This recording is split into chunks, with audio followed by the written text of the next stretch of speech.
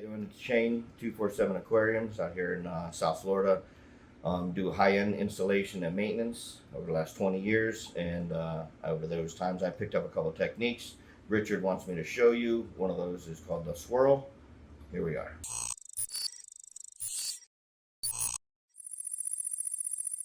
Swirl is a technique that was developed by my friend 24/7 Aquarium Shane, and he has been utilizing this technique over the traditional water change. Traditional water change usually is when people put the hose inside the water column and suck out whatever they can from any kind of detritus or leftover food or whatever that may be sitting on the sand bed, and replace that water taken out with a fresh new water, and they usually call that as a water change. So my tank is ELOS 254 gallons.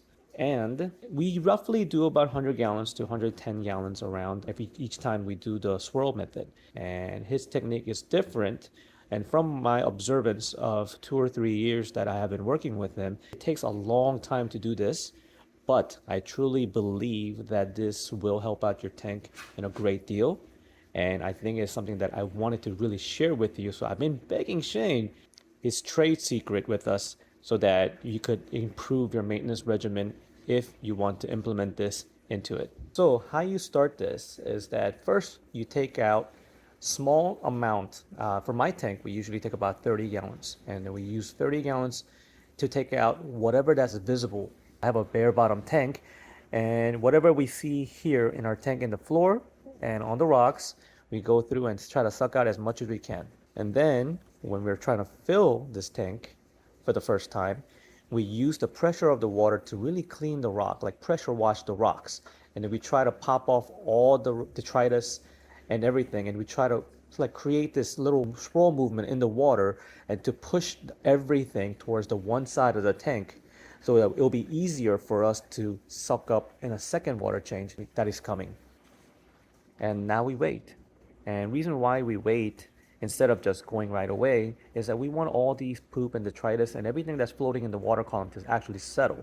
So when we do the second water change, which is happening as soon as this thing settles, then it'll be much easier for us to collect it and then discard it. This, once again, takes a long time to do. So let's sit down and wait until this thing gets done. So then now that we waited about 30 minutes the water to clear, now we notice a drastic difference in clarity of the water inside the aquarium. And now it's time to do another water change.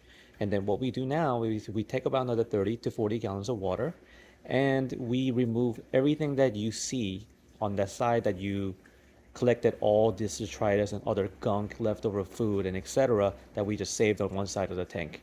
Now, when we are moving all this stuff, you could use other stuff like like your hand or the hose, or what Shane does sometimes is that he has this glass scraper blade that he uses to create an additional force, and then he uses that additional force to create more water movement to get the stuff out of the dislodged from the rocks and onto the floor where we want it to, so it will be easier to be picked up.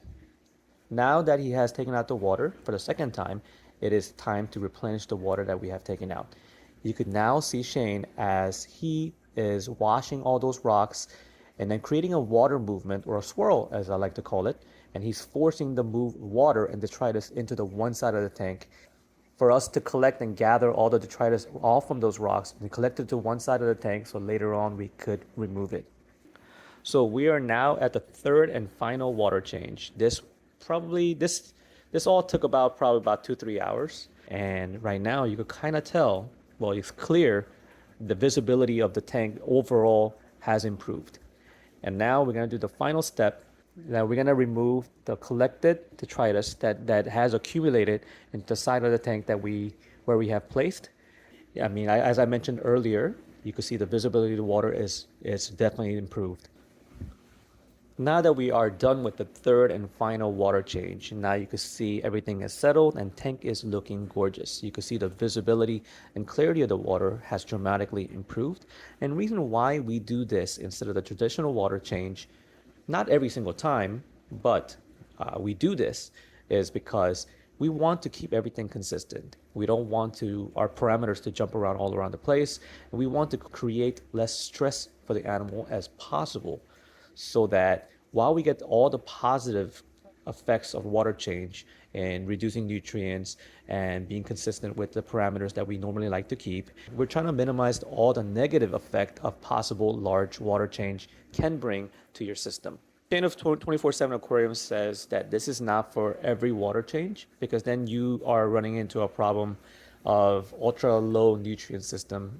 We don't want to deprive of your system of any nutrients, because then you'll start to lose colors of the corals and etc., and create more work for you down the road.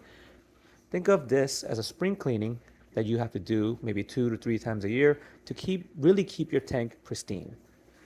All right, guys, thanks for joining us today. Thanks for watching this video. Thanks to Shane of 24/7 Aquariums for coming out and sharing his trade secret with us. And hopefully you guys could learn from this, implement this into your maintenance regimen, and have those sparkling water. Thanks for watching, guys. Have a great day.